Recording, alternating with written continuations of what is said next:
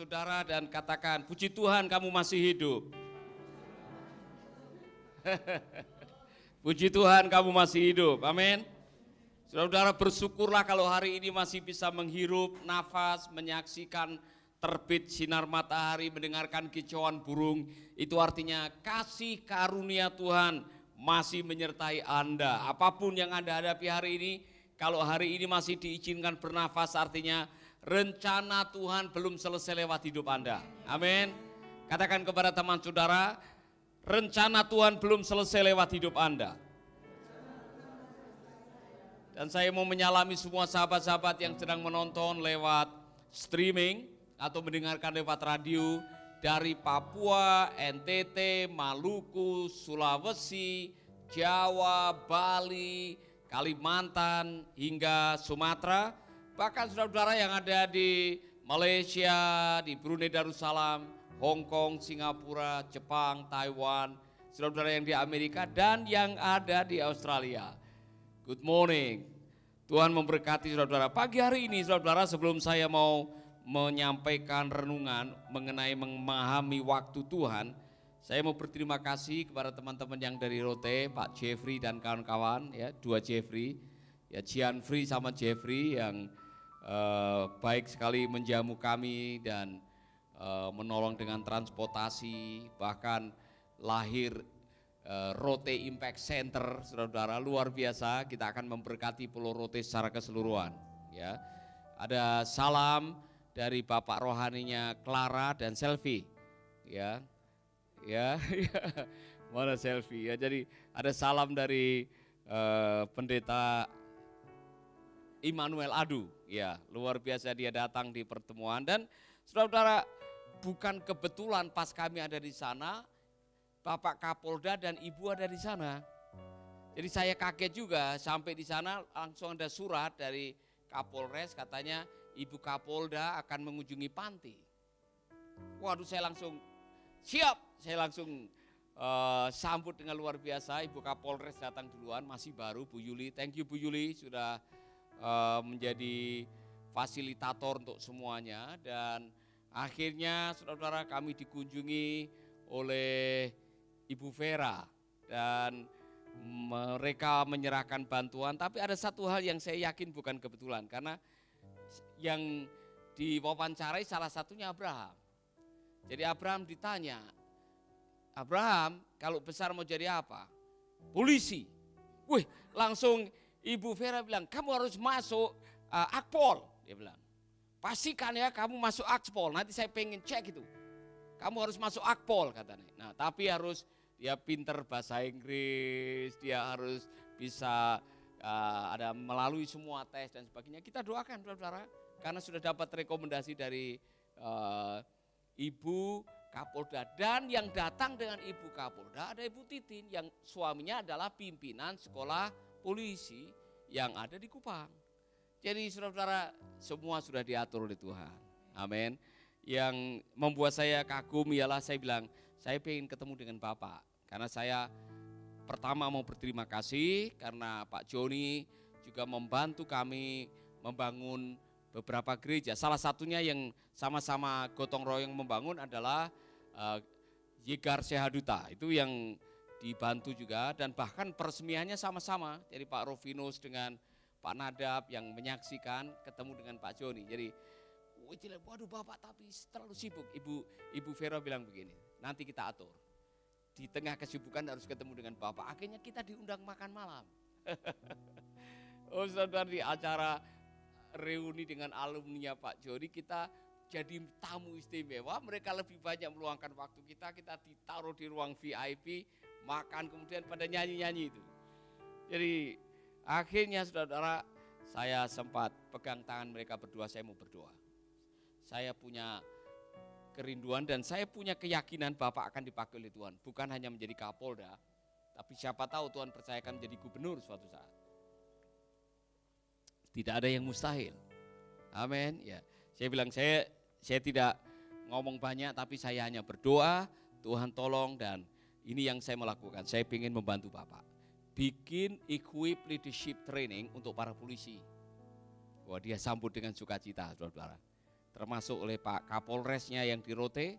Jadi kita berdoa supaya ada terobosan-terobosan baru yang Tuhan akan lakukan di sana. Yang membuat saya terharu adalah lebih dari semuanya mendengar anak-anak panti Rote menceritakan kisahnya. Ibu waktu kemarin meninggalkan Kupang naik pesawat, tiba-tiba dia nangis. Saya tanya, kenapa kamu nangis? Aduh, kita ini akan kembali ke zona nyaman. Kembali ke Denpasar itu kembali ke zona nyaman. Makan enak, tidur enak. Saudara lihat orang-orang di sana, hamba-hamba Tuhan. Terutama waktu kami mengunjungi panti untuk merawat orang-orang dengan gangguan jiwa itu. Aduh, saudara, tempatnya sangat memprihatinkan. Tapi hamba Tuhan yang di sana dia tahan melayani mereka. Saudara harus bersyukur. Hamba-hamba Tuhan di sana saya menyaksikan sendiri dalam situasi dengan penuh keterbatasan tapi punya komitmen yang luar biasa.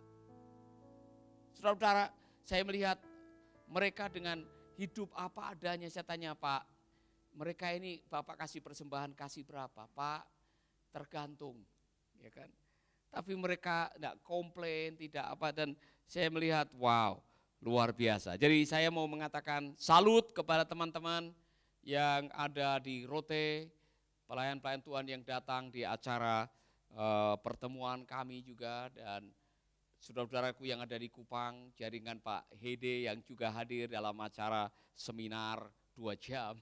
Saya mau mengatakan terima kasih banyak. Saudara-saudara orang yang luar biasa. Tuhan menghargai kesetiaan, komitmen saudara. Di akhir kehidupan nanti bukan soal gelar, bukan soal berapa jemaatmu, bukan soal berapa titelmu atau apa kedudukanmu, tapi berapa kesetiaanmu, komitmenmu di hadapan Tuhan. Amin.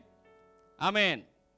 Baik saudara, saya mau mengajak saudara membaca satu kisah yang sangat menarik, dan kisah ini ada di dalam kitab Yohanes pasal 10. Yohanes pasal mungkin pasal 11. Yohanes pasal 11 ayat 1 sampai 44. Kita tidak akan membaca semua. Tapi saya mau mengajak saudara mendengarkan betapa pentingnya memahami waktu Tuhan. Dan saudara-saudara, di dalam cerita ini saudara tahu ada seorang yang sedang sakit namanya Lazarus. Ia tinggal di Betania, kampung Maria dan adiknya Marta. Maria adalah perempuan yang pernah meminyaki kaki Tuhan dengan minyak mur dan menyekanya dengan rambutnya. Dan Lazarus yang sakit itu adalah saudaranya. Kedua perempuan itu mengirim kabar kepada Yesus. Tuhan, dia yang kau kasihi sakit. Ketika Yesus mendengar kabar itu, ia berkata, penyakit itu tidak akan membawa kematian, tetapi akan menyatakan kemuliaan Allah. Sebab oleh penyakit itu anak Allah akan dimuliakan. Stop di sini dulu. Saudara, Maria Marta adalah orang yang mengasihi Yesus. Lazarus adalah orang yang dikasihi oleh Yesus. Saudara, dalam situasi seperti itu dikatakan bahwa salah satu dari saudara mengatakan, yang disebutkan Maria adalah perempuan yang pernah meminyaki kaki Tuhan Yesus dengan minyak yang begitu mahal harganya, yang katanya itu gaji 1 tahun. Tetapi saudara, fakta mengatakan bahwa saudaranya itu sakit. Kedua perempuan itu mengirim kabar kepada Yesus, Tuhan, dia yang engkau kasihi sakit. Saya mau kasih tahu kepada saudara-saudara bahwa dikasihi Tuhan tidak membebaskan engkau dari masalah kehidupan. Jangan pikir karena engkau dekat dengan Tuhan, dikasihi oleh Tuhan, maka engkau akan bebas dari persoalan. Kalau ada pendeta yang mengatakan, hei, kalau engkau mengasihi Tuhan, kalau engkau dikasihi Tuhan, kalau engkau hidup dalam karunia Tuhan, kalau engkau hidup dengan iman, saudara akan bebas dari penyakit, hidupmu akan kelimpahan, saudara tidak akan kekurangan, saudara hanya batuk aja bisa keluar duit. Kalau sampai ada pendeta yang mengajarkan itu, jangan percaya saudara. Karena fakta membuktikan dalam kisah ini, orang yang dikasihi Tuhan saja masih bisa sakit. Nah saudara, bahkan bukan sakit, dia mati. Saudara, saya mau mengatakan kepada Anda, Sekali lagi, jangan pernah terpikir di benak saudara bahwa kalau saya sudah dekat dengan Tuhan, membaca firman Tuhan, puasa 40 hari 40 malam, setiap hari saudara melayani, kemudian saya akan dibebaskan dari penyakit. Tidak ada. Tidak ada jaminan, tidak ada janji Tuhan bahwa kalau kamu sudah percaya kepada Tuhan, dibaptis, disidi, penuh dengan Roh Kudus, Anda hidupnya akan mulus. Tidak ada. Kalau ada sampai yang mengajarkan seperti itu, salah konsep. Amin. Tuhan tidak menjanjikan langit mendung tanpa awan. Apa? Langit biru tanpa awan. Dia tidak menjanjikan. Apalagi? Cakrawala tanpa lautan. Ya, Tuhan tidak pernah menjanjikan bahwa jalan akan selalu rata. Kadang-kadang akan naik, kadang-kadang akan turun. Tapi dia menjanjikan penyertaan dalam kesulitan. Tapi dia menjanjikan, aku menyertai kamu sampai kesudahan zaman. Mengapa saya mengatakan ini? Karena gara-gara pelajaran yang salah banyak orang mundur. Ada yang pernah mengatakan begini, Pak Paulus, dulu waktu saya belum percaya Yesus itu bisnis saya maju Pak. Saya tidak pernah rugi. Rumah tangga saya harmonis, saya sehat-sehat. Loh, saya baru dibaptis kemarin itu tiba-tiba pencobaan datang Pak. Tiba-tiba ada orang yang utang tidak bayar, lari malahan Pak. Saya jadi bangkrut, istri saya juga lari. Lalu saya tidak membayangkan kalau ikut Yesus ternyata jadinya begini. Banyak orang yang tidak tahu bahwa salah satu komando yang Tuhan berikan adalah ikut Yesus, pikul salib. Artinya apa? Anda harus belajar menderita. Dan Yesus sudah memberikan itu di awal kehidupan kita. Jadi untuk saudara yang baru bergabung, Brenda, Pina, Jena, Nadab, Mansula yang baru bergabung ini, ya kan? Saya mau mengatakan kepada Anda, jangan pikir kalau Anda sudah percaya Yesus, melayani, rajin berdoa, maka saudara akan bebas dari segalanya. Salah. Amin. Jelas ya? Bahkan saudara, Tuhan mengizinkan semuanya itu karena apa? God is more interested to your maturity than your happiness. Saya ulangi lagi, Tuhan lebih tertarik dengan kedewasaan rohanimu daripada kebahagiaanmu. Maka kadang-kadang Tuhan datanglah izinkan persoalan, tantangan supaya apa? Engkau bertumbuh dalam karakter. Karena kesulitan itu yang membuat Anda bertumbuh dalam karakter. Amin. Jadi kalau ada tantangan, ada pencobaan, ada masalah, harusnya saudara senyum. Senyum. Tengok teman saudara senyum. Katakan selamat datang masalah. Serius saudara. Selamat datang persoalan. 1, 2, 3. Bapak Ibu yang baru bergabung ini. Saya mau tolong tulis di status saudara. Selamat datang persoalan. Karena apa? Yakobus meneguhkan, anggaplah sebagai kebahagiaan saudara-saudaraku apabila kamu diizinkan menghadapi berbagai-bagai pencobaan, trial, ujian hidup, tes. Karena apa? Kalau Anda setia, Anda tabah, Anda akan mendapatkan hikmat. Hikmat itu yang mengubah karakter saudara. Orang yang sudah dapat hikmat, dia akan menggunakan kebenaran hikmat untuk menyelesaikan persoalan. Nah, untuk dapat hikmat, kadang-kadang harus menghadapi trial. Bagaimana saudara tahu bahwa api itu panas? Karena saudara pernah kena api, ya kan? Bagaimana saudara tahu bahwa nyium aspal itu berbahaya? Makanya kalau naik motor jangan ngebut-ngebut, nanti kalau saudara jatuh nyium aspal itu gigi bisa rontok. Nah, ilmu itu didapatkan setelah apa? Setelah saudara melalui tes. Oh benar ternyata. Kalau tidak mau dicubit, jangan mencubit orang. Pengalaman, kalau tidak mau digosipin orang, jangan gosipin orang. Kalau tidak mau dikhianati, jangan mengkhianati. Karena pengkhianatan itu bisa mendatangkan ilmu. Aduh, lebih baik setia daripada berkhianat. Siapa yang pernah dikhianati? Sakitnya tuh di sini. Amin. Jadi saudara, ini pelajaran yang luar biasa bagi kita semua. Jadi ketika saudara diizinkan untuk menghadapi situasi seperti ini, ingat baik-baik, Tuhan mengizinkan itu terjadi. Mari kita lihat. Kita lihat, ketika Yesus mendengar kabar itu, ia berkata, ini perspektif. Gunakan perspektifnya Tuhan Yesus. Ketika Anda menghadapi masalah, ketika Yesus mendengar kabar itu, ia berkata, penyakit itu tidak akan membawa kematian, tetapi akan menyatakan kemuliaan Allah. Sebab oleh penyakit itu anak Allah akan dimuliakan. Wow. Nah, saudara, kalau saudara orang yang belum paham, kalau saudara pakai akal saudara akan sulit menerima akal pikiran, jalan pikirannya Tuhan Yesus ini. Woi, penyakit itu tidak akan bawa kematian. Ya kan? Tetapi akan menyatakan kemuliaan Allah. Sebab oleh penyakit itu anak Allah akan dimuliakan dan benar. Nanti saudara melihat ceritanya bahwa Yesus datang, sudah lewat 4 hari atau berapa hari, Lazarus sudah mati. Dan disitulah Yesus menyatakan kemuliaan Allah dengan apa? Membangkitkan Lazarus dari kematian. Amin. Jadi ini cara pandang kita waktu menghadapi persoalan. Poinnya ini, gunakan cara pandang Tuhan, perspektif ilahi, nilai-nilai surgawi untuk melihat kenyataan. Mengapa? Yesus mengatakan nantinya ujung-ujungnya apa? Allah dimuliakan benar.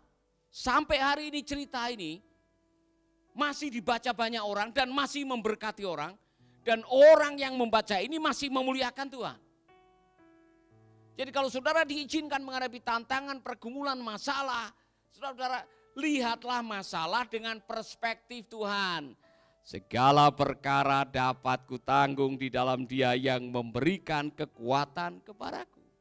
Kita tahu sekarang bahwa Tuhan turut bekerja sama untuk mendatangkan kebaikan.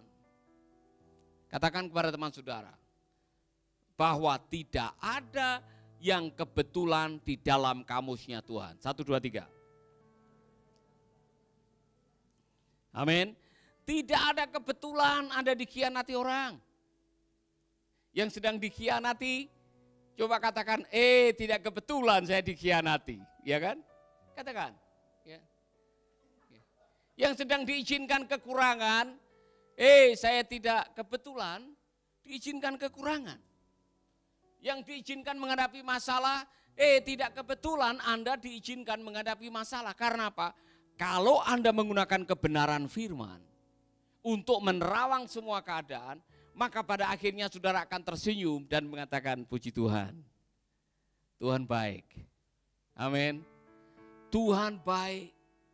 Karena semua yang diizinkan terjadi itu luar biasa. Dan saya jadi ingat salah satu yang membuat ibu menangis mungkin adalah Rilen. Seorang anak yang waktu umur 4 tahun ditinggal mati ayah, kemudian tinggal mati ibu. Kemudian neneknya membawa dia ke panti. Dan dia sudah mau tamat sekarang. Dan dia bersyukur saya datang ke panti. Karena di sini saya belajar berdoa, saya belajar disiplin, saya bisa kuliah. Kemudian waktu ditanya oleh Ibu Kapolda, kalau besar mau jadi apa? Pengacara. Dan dia selalu juara di kelas.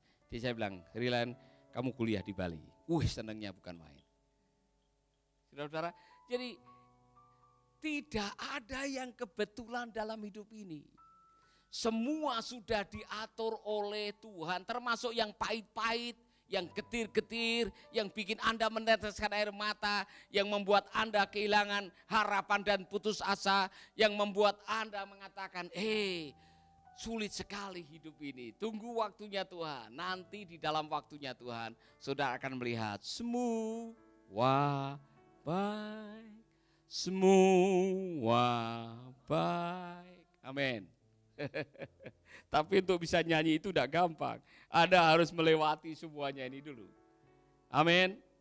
Saudara-saudara dengar baik-baik. Yesus mengatakan Allah dimuliakan. Coba Kalau setiap kita memakai frame cara berpikir bahwa semua yang Tuhan izinkan adalah bagian dari proses kehidupan.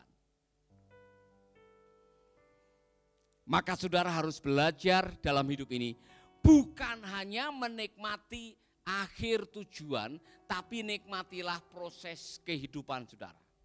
Kalau tidak, saudara tidak akan pernah menikmati hidup ini. Amin. Saudara, saya ulangi lagi. Seperti orang yang pergi piknik. Biasanya orang yang pergi piknik itu gambarannya, aduh sebentar lagi saya akan sampai Bali. Ya kan? Yolanda akan, enggak pernah ke Bali kan Yolanda? Baru pertama kali ke Bali. Ya kan? Mana dia? Kamu pertama kali ke Bali kan? Sudah pertama kali. Pertama kali naik pesawat juga. Ya kan? Luar biasa. Saya sudah bilang kamu, kalau di pesawat mabuk, buka jendela, mabuk keluar. Kemarin saya bilang. Nah saudara, Yolanda mungkin belum tahu. Ya kan? Kalau dia hanya pikirannya Bali, dia lupa menikmati bahwa di pesawat saudara bisa melihat awan dengan gratis. Ya kan? Saudara bisa menyaksikan bagaimana pesawat naik, turun, bagaimana waktu digoncang, nikmati saja. Saudara-saudara, saya masih ingat pertama kali ke Candi Borobudur kan, saya pernah cerita saudara-saudara. Ya kan? Wah, pertama kali saya kelas 6 waktu itu. Ya kan? Saya diajak orang ke Candi Borobudur naik bis kota, bis Tata yang besar itu. Saya belum pernah naik bis. Saya juga belum pernah tahu Candi Borobudur kayak apa. Tapi karena saya belum tahu, saya pikirannya bukan Candi Borobudur. Saya pikirannya saya akan naik bis, mandi jam 4 pagi saudara. Saya sudah ke sungai jam 4 pagi, semalam tidak bisa tidur. Saya akan ke Candi Borobudur, itu 3-4 jam naik bis. Saudara. Saking senangnya mau ke Borobudur itu saya lupa yang lain-lain. Tidak masalah. Pada waktu sudah naik bis, saya sudah ada tempat duduk, saya pilih berdiri di pintu. Saya mau bangganya bukan main, ya kan, naik bis pintu, kemudian saya lihat pohon jati, kemudian itu tiang listrik berjalan. Saya bilang, ini pohon berjalan di sini, luar biasa. Senangnya bukan main, saudara. Yang lain pada mabuk, saya tidak mabuk. Karena apa? Saya menikmati perjalanan, bukan hanya tempat tujuan.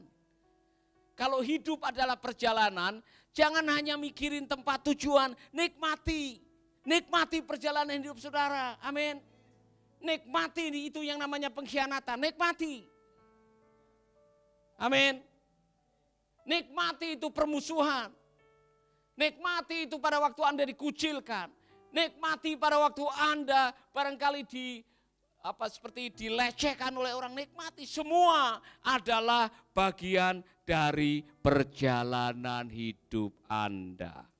Katakan amin. Mari kita lanjutkan saudara. Berikutnya mari kita melihat apa yang terjadi. Ayat yang kelima. Yesus memang mengasihi Marta dan kakaknya dan Lazarus. Yesus memang, ini kepastian, Yesus mengasihi mereka. Tapi mengasihi tidak berarti, saudara-saudara, engkau harus mendapatkan segalanya yang terbaik saat itu. Mari kita lihat. Namun setelah didengarnya bahwa Lazarus sakit, ia sengaja. Semua bilang sengaja. Ia sengaja tinggal 2 hari lagi tepat di mana ia berada. Tetapi sesudah itu ia berkata kepada murid-muridnya, mari kita kembali lagi ke Yudea.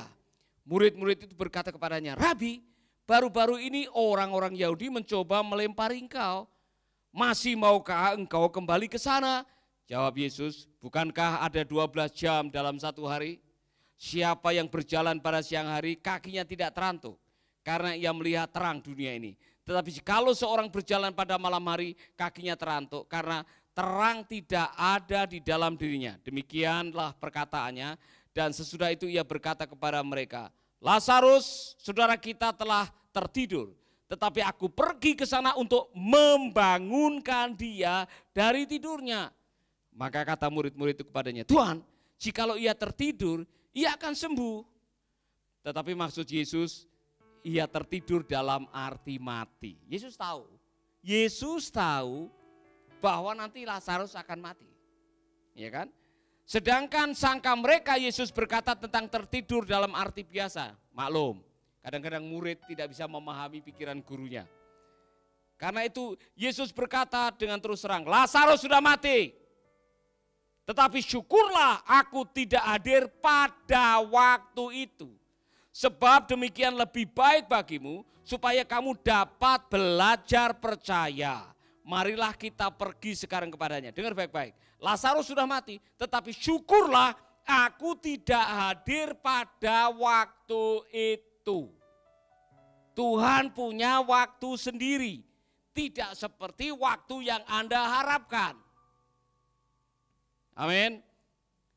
Lalu Thomas yang disebut Didimus berkata kepada teman-temannya, yaitu murid-murid yang lain, marilah kita pergi juga untuk mati bersama-sama dengan dia. Dia ini ngomongnya ngawur ya. Ada orang-orang yang ngomong terlalu cepat, tidak mikir. Maka ketika Yesus tiba, didapatinya Lazarus telah 4 hari berbaring dalam kubur. Betania terletak dekat Yerusalem, kira-kira 2 mil jauhnya. Di situ banyak orang Yahudi telah datang kepada Marta dan Maria untuk menghibur mereka dan berkabung dengan kematian saudaranya. Ketika Marta mendengar bahwa Yesus datang, ia pergi mendapatinya, tetapi Maria tinggal di rumah. Maka kata Marta kepada Yesus, Tuhan, sekiranya engkau ada di sini, saudaraku pasti tidak mati. Saudara-saudara, ini di pikirannya Maria, Marta, Yesus telat. Sudah 4 hari lewat. Tapi Yesus mengatakan, no. Yesus sudah tahu, lihat baik-baik, dia tidak mati. Dia hanya tidur, yang sebetulnya bilang mati. Tetapi apa yang tadi Yesus mengatakan? Bahwa itu nanti namanya kemuliaan Tuhan akan dinyatakan melalui kebangkitannya. Nah, saudara saya mau mengatakan kepada Anda, ekspektasi Maria dan Marta tidak dipenuhi oleh Yesus. Dalam arti apa? Waktu. Saudara harus bisa memahami waktu Anda dengan waktu Tuhan kadang-kadang beda. Waktu saya dengan waktu Tuhan berbeda. Tuhan punya waktu yang terbaik dalam kehidupan saudara-saudara. Amin. Amin. Segala sesuatu ada waktunya. Kita semua kadang-kadang mengharapkan, aduh kalau Tuhan tolong saya sekarang, mungkin saya tidak mengalami seperti ini. Oh kalau mujizat Tuhan datang sekarang, mungkin saya tidak mengalami masalah ini. Oh kalau Tuhan memberikan jawaban sekarang, mungkin saya tidak seperti ini. Tuhan kenapa engkau telat? Tuhan tidak pernah telat. Amin. Tengok teman saudara bilang, Tuhan tidak pernah telat. Dan berkatnya tidak pernah salah alamat. Tolong tulis di status saudara, Tuhan tidak pernah, pertolongan Tuhan tidak pernah telat. Dan berkatnya tidak pernah salah alamat. Amin. Haleluya. Saudara-saudara, waktu saya mendengar ini, benar Tuhan tidak pernah telat dan berkatnya tidak pernah salah alamat. Tuhan punya waktu sendiri. Kadang-kadang kita pikir, aduh nanti bagaimana kalau, jika begini bagaimana nanti. Oh saudara saya mau mengatakan kepada Anda, semua sudah diatur oleh Tuhan.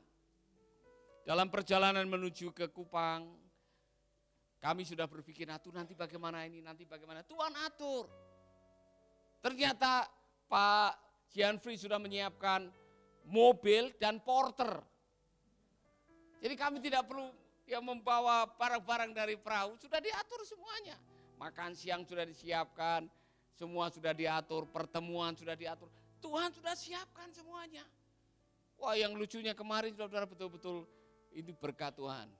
Maka mereka bilang, Pak mulai sekarang saya akan perpuluhan saya untuk roti saya kasih ke Mercy. Jadi setiap kali saya buat roti perpuluhannya saya kasih ke Mercy. Luar biasa kan? Nanti setiap kali ada anak Mercy ulang tahun, saya akan bikinkan kue ulang tahun. Ibu Yati namanya, yang sudah buat komitmen dikirim di Facebook, di WhatsApp. Saya bilang wah luar biasa. Tuhan sudah mengatur segalanya. Kemudian pulang dari Kupang menuju Bali, ada SMS dari teman kita dari Kingdom City, Perth, Australia, yang mengatakan Pastor Paulus, Yayasan Mercy mendapatkan nominasi terpilih untuk menerima janji iman misi. Segala sesuatu ada waktunya. Amin.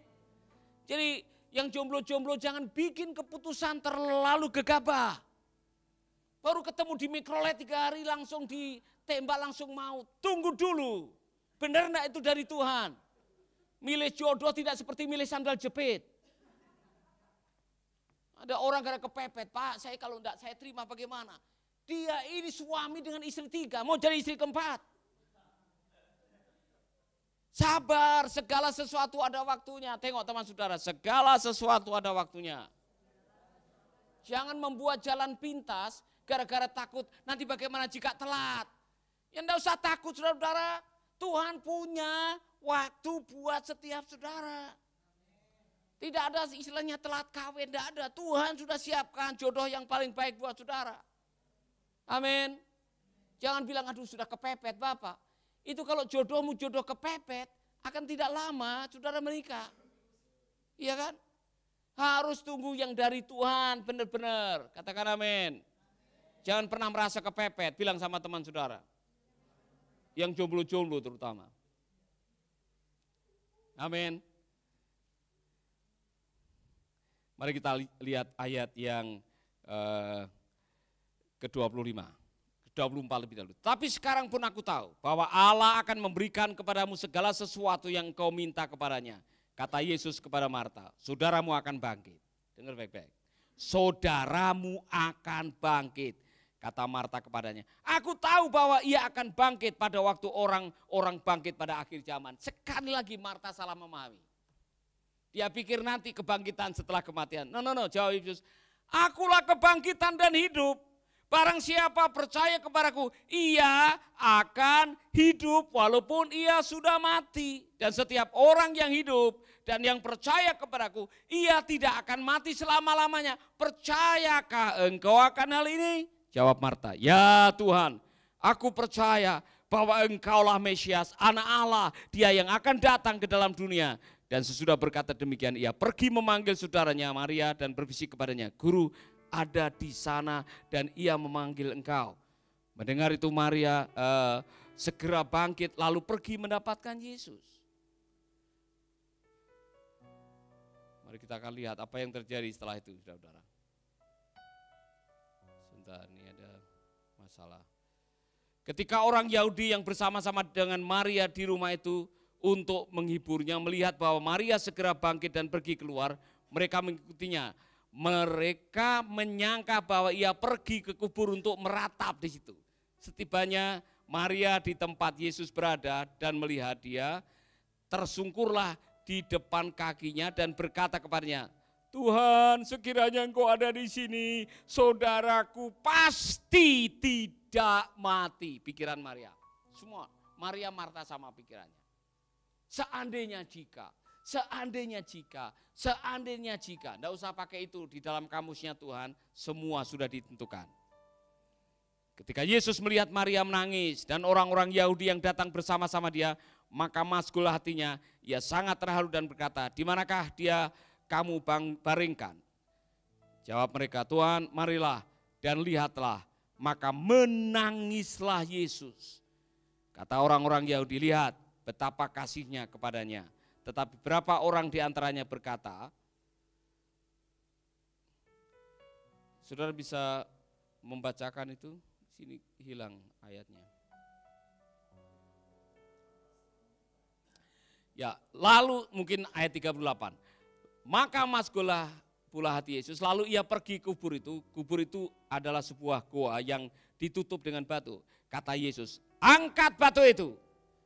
Marta, saudara yang meninggal itu berkata kepadanya, Tuhan, ia sudah bau, sebab sudah 4 hari ia mati. Jawab Yesus, bukankah sudah kukatakan kepadamu, jikalau engkau percaya, engkau akan melihat kemuliaan Allah. Maka mereka mengangkat batu itu, Lalu Yesus menengadah ke atas dan berkata, Bapa, aku mengucap syukur kepadamu karena engkau telah mendengarkan aku. Aku tahu bahwa engkau selalu mendengarkan aku. Tetapi oleh karena orang banyak yang berdiri di sini mengelilingi aku mengatakannya supaya mereka percaya bahwa engkaulah yang telah mengutus aku. Dan sesudah berkata demikian, berserulah ia dengan suara keras, Lazarus, apa katanya? Marilah keluar. Kemudian apa kata di situ?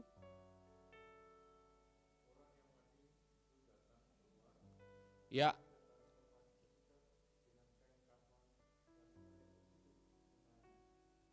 Poinnya apa di sini, saudara?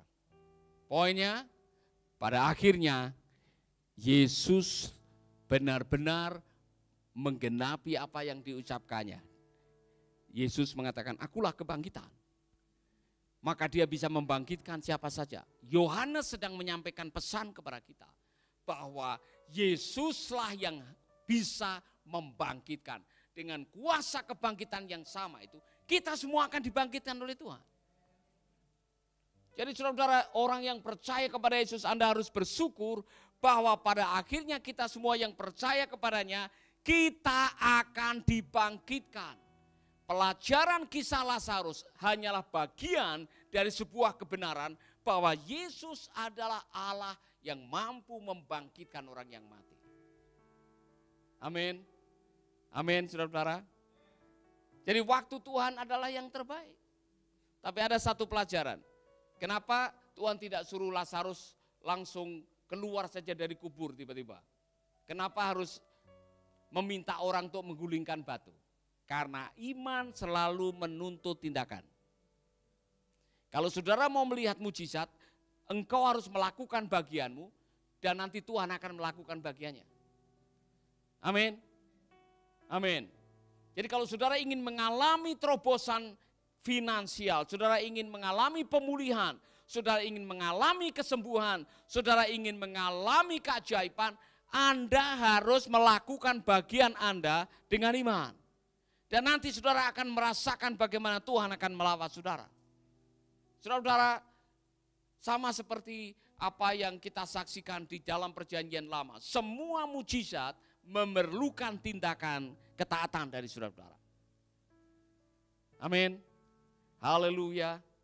Dan akhirnya Lazarus hidup dan nama Tuhan dipermuliakan. Dan ada satu kalimat terakhir. Bagian terakhir apa dikatakan di sini?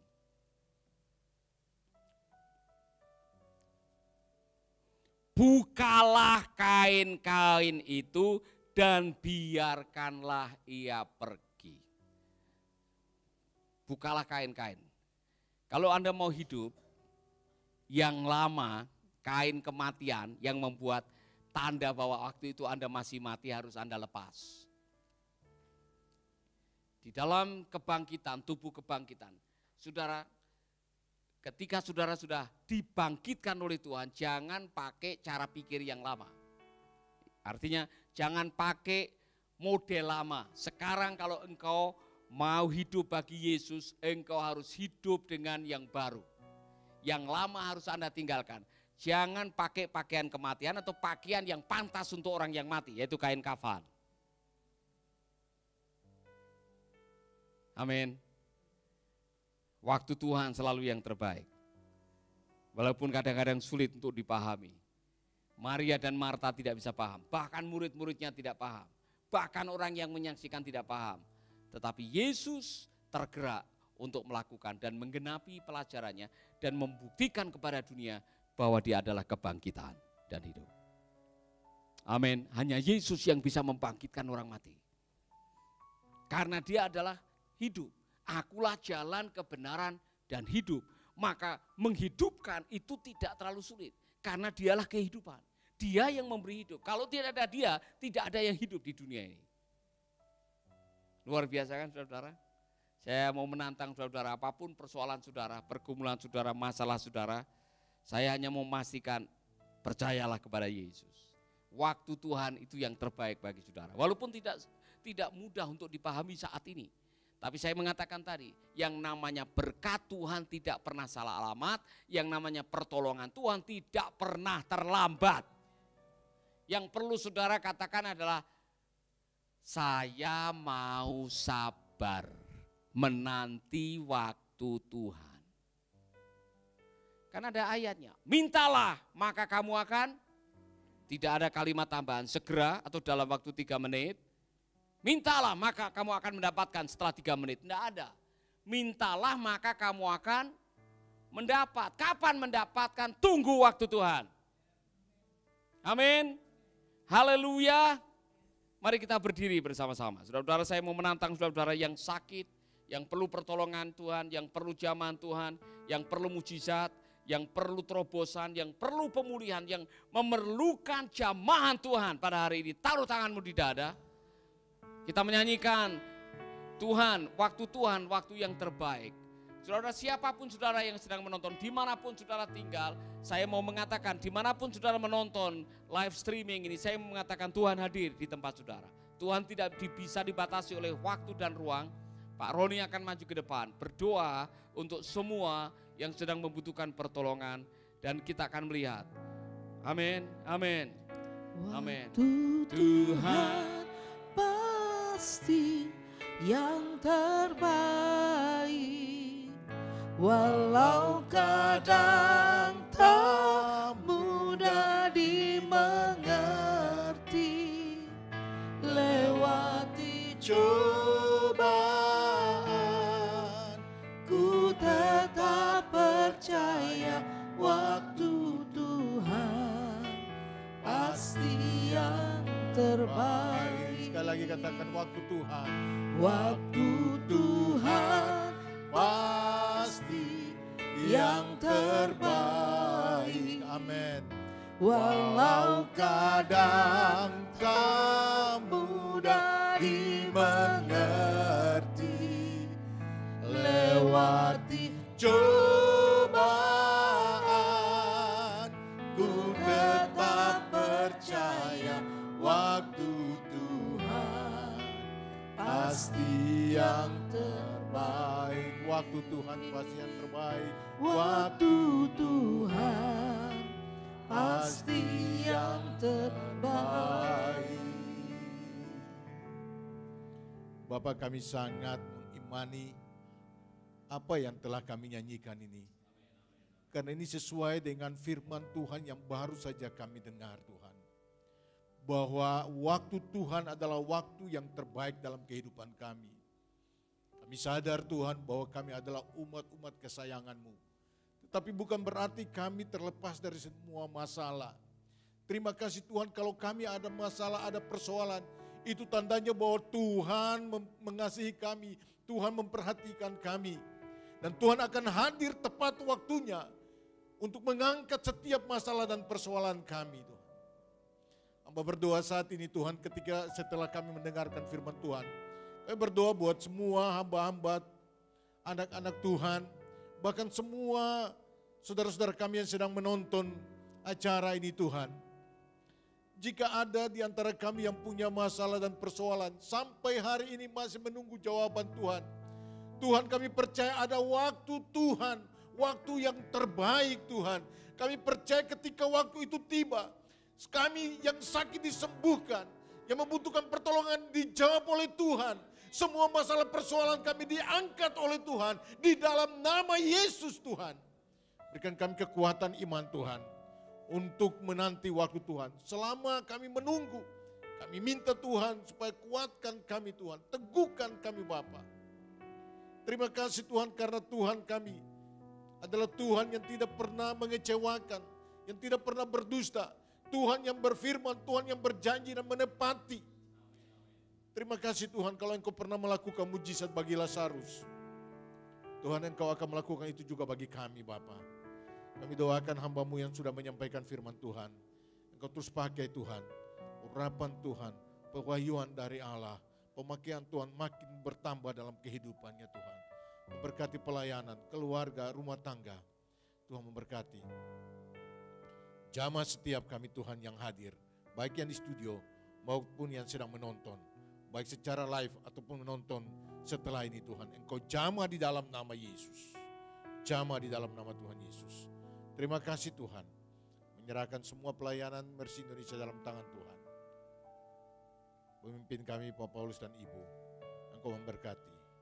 Terima kasih Tuhan sudah menolong selama seminggu ada di NTT, Kupang dan Rote. Tuhan telah kembalikan bersama dengan tim dalam keadaan selamat, sejahtera, sehat. Terima kasih Bapak. Memberkati keluarga rumah tangga. Tuhan memberkati sebagai pemimpin, visi-visi yang baru Tuhan berikan. Kami semua yang melayani, yang menopang, membantu pelayanan hamba-hambamu ini Tuhan. Engkau memberkati kami semua. Kami doakan semua pelayanan kami yang ada di daerah, Tuhan Engkau memberkati dalam nama Tuhan Yesus. Semua aktivitas kami hari ini, kami serahkan di dalam tangan Tuhan.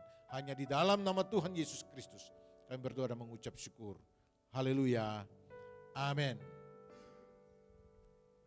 Bapak Ibu yang dikasihi oleh Tuhan, saya mau memberikan selamat kepada Anda yang sudah menerima radio atau Alkitab audio dan juga buku.